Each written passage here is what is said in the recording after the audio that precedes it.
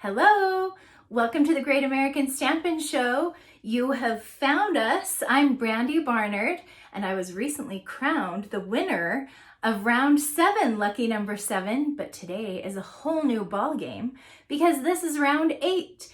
And the Great American Stampin Show is the show where each of 4 stampers are challenged with the same stamp set. We're asked to make our very best project, record a video and post it, and then you get to choose the winner. Watch each of our 4 videos, click like on YouTube for the one that you love best, and we will be crowning a new winner, maybe me again, in 1 week from today. So the links to my competitors' videos can be found in the description of this video. For now, let's see what I created today. For our round 8 challenge, we've been asked to stamp with the Tricks and Treats stamp set from Stampin Up. This one is an adorable Halloween set. You've got a cute little vampire and a Frankenstein. We've got a couple greetings, a haunted house. There's also a coordinating die set that goes with this. And so I thought, appropriately, that I would make some tricks and treats. So let me show you the project that I've created. We've got this cute little treat box, and then it's covered in a belly band. So let's slide that off. Ooh. And then this is kind of explosion box style with our little guys on each of the 4 flaps and a few treats on the inside. I even have a little surprise note in the bottom. Trick or treat, you're so sweet, from Brandy. And so this is my fun little treat project today. Let's get started seeing how I made it. I knew I wanted to do a treat box, so I reached for our envelope treat boxes. These are featured in the Stampin' Up! Catalog. They come in a pack of 10. They are totally scored. They have little gluey flaps. They even come with cute little gold seals. And it's only $8 for the whole set. These are a great little treat box. So all you do is kind of fold it on all of the score lines. And then the boxes come with these little sticky tabs already in place. Super strong adhesive under here. So once you have all the adhesive backings pulled, you'll just line it up and close it on each of these 4 corners. And then this is set up that these little hooks can make the box close. It kind of has a tab that goes like this, and then these 2 hook together, and that's how the box closes up. But of course, I'm going to decorate each of these 4 flaps kind of like an explosion box idea. And I put that little note in the bottom of my box. I just cut a piece that's the same size as the box bottom. It was 3.5 by 2 1/4, but then I shaved off just a 16th of an inch both directions so that it could fit right down in there easily. And I wrote on that. And then I went through my little stash of Halloween treats and just picked a fun little assortment that fit in here. So I've got some Nerds, a Tootsie Roll, and of course, best one of all, the Reese's Bat. And those made a good little grouping. And so that's the insides of the box ready to go. Now let's work on the belly band. I cut a piece of pumpkin pie cardstock. This is 3 1/4 by 7.5. And now I'm going to score it. I'm just using my Stampin' Up! Paper trimmer. And my first score line is going to be 1.5. And with these score lines, I want them to be just slightly bigger. So the very first one, I scored it exactly at 1.5. The next one is 2.5, but instead of stopping there, I'm going to go 1 little line after. It's just a 16th of an inch. So 2.5 plus a little. Next one is 4 3/4. This time I'll go 2 little 16ths. Pass. So 4 3/4 plus a little. Last one is 5 3/4. I'll go 3 little 16ths this time. So those measurements were 1.5, 2.5, 4 3/4, 5 3/4. The first one I did right on, and then each time I added an extra 1/16. So 1/16 of an inch, 2 and 3/16 extra. And really, you wouldn't even have to measure that. Just kind of eke it a little further than you think. And that just makes it big enough to slide around the box. Now I'm going to close this up just like this, let that come across and seal shut. I'll use my tear and tape, my favorite adhesive for boxes. This stuff holds really well. We're just gonna peel that backing and then close the box. We're gonna come straight across like this. And then I will use my bone folder to just burnish that. Just get it really well sealed shut. Okay, so this is the little sleeve that will fit around my candy box. Just like that. One of the fun things about this project is I'm going to use almost all of the stamps in the set. Right here I'm using, there's a little trio of stars. They're all together on one stamp. And I'm just kind of coating the whole box with the stars. I know this front part will be covered a lot, so I'm not worrying about covering the middle section, but I want those edges stamped nice. And then the back will go ahead and get a good coverage there. Okay, for my next layer on the box, I want to do a little gray layer right here on the top. So I have cut this just smaller than the box top itself. And I'm going to use one of the cute dies from the set. This is just as a little zigzaggy edge, kind of looks like pinking shears.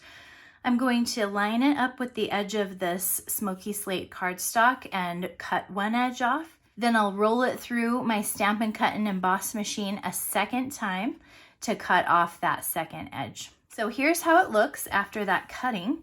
Plus I also have this little die that is from the set. So let's do a little stamping on here. I'm using my Memento black ink pad and just stamping a nice trick or treat right there on the label. Okay, now I'm using my Smoky Slate ink pad and I'm going to do a couple little ghosts on the gray tag and a couple on the white tag as well. I've got my black and white gingham ribbon. This is like a go-to for so many different projects. It really looks good on everything. It's cut 15 inches. And I'm going to tie this around just the gray layer. I'm tying a knot way up at the top here, just like that, and then a bow as well.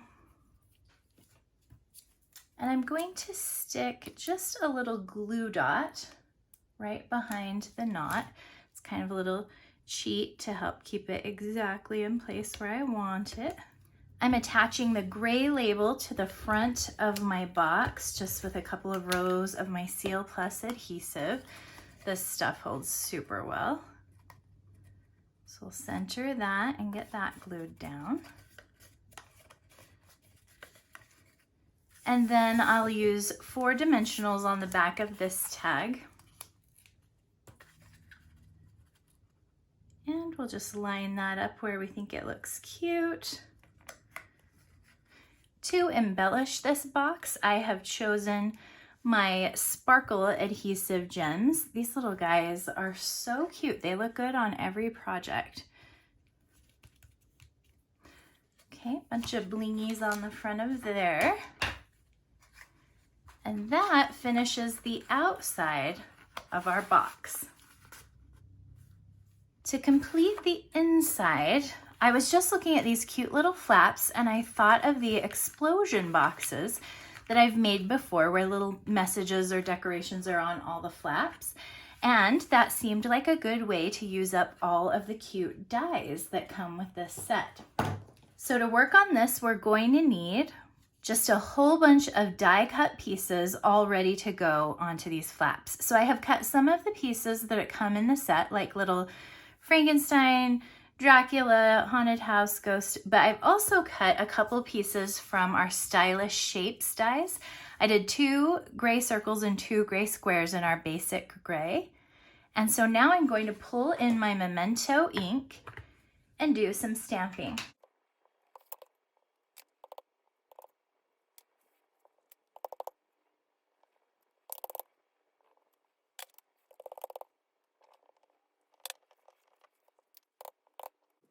When I got ready to stamp the little bats onto my square here, I did a couple of different things. First, I laid my house in place where I wanted it. Then I added the bats. And also on my little bat stamp, it actually has 3 flying bats together on one stamp, and I have taken my paper snips and just cut them.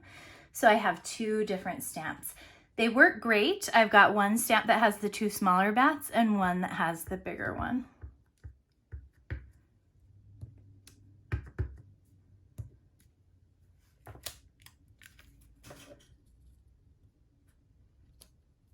I'm using Seal Plus to attach these to each of the flaps.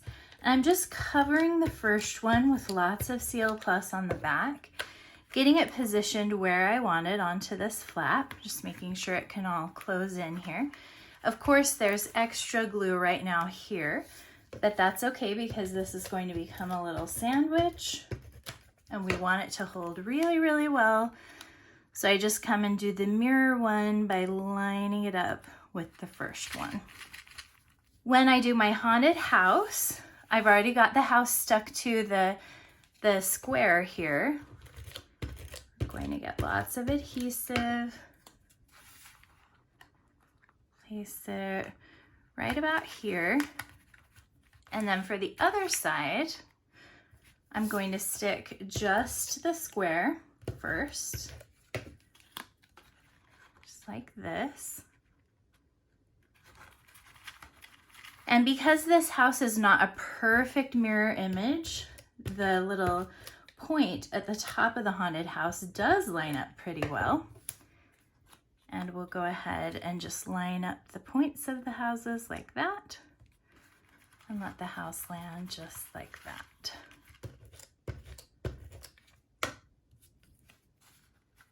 Frankenstein and Dracula.